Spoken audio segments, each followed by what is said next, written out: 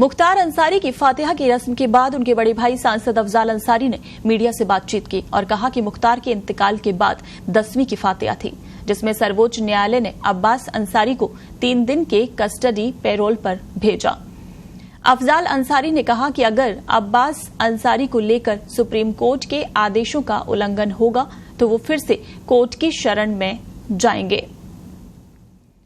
Court ने अब्बास को Ghazipur jail में ही रहने के लिए निर्देश दिए हैं। निर्देश के अनुसार वो 10 अप्रैल को कल पिता की फातिहा में उन्होंने शिरकत की। हालांकि अब्बास को थोड़ी देर के लिए लाया गया।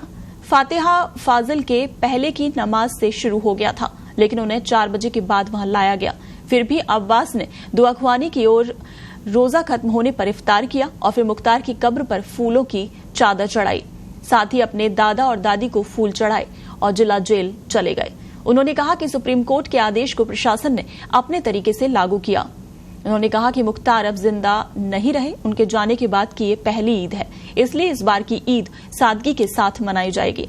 अगर बड़ी मस्जिद में, जो कि मोहम्मदाबाद में है, वहां अब्बास ईद की नमाज पढ़ते हैं तो कानून व्यवस्था की चुनौती बनी रहेगी। इसलिए उनकी ओर से ये निवेदन किया गया है कि अब्बास अंसारी को जेल में ही ईद की नमाज पढ़ा दी जाए और इसके बाद घर लाया जाए, जिससे वो परिजन और रिश्तेदारों से मिल सकें।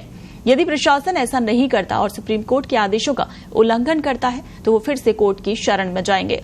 उन्होंने कहा कि अब्बास अंसारी की जमानत की प्रक्रिया चल रही है और जल्द ही जमानत हो जाएगी। अब्बास पर ज्यादा केस नहीं है, इसलिए उम्मीद है कि उन्हें जल्द ही जमानत मिल जाएगी। वहीं भाजपा की ओर से पारसनाथ राय को प्रत्याशी घोषित होने पर अफजाल अंसारी ने कहा कि बीजेपी ने दरियादिली दिखाई। बीजेपी में चमत्कार होते हैं। गाजीपुर की जनता की अदालत में फैसला होना है। समाजवादी पार्टी ने पहले से उन्हें अपना प्रत्याशी घोषित किया है। अब जनता की अदालत में ही फैसला होगा।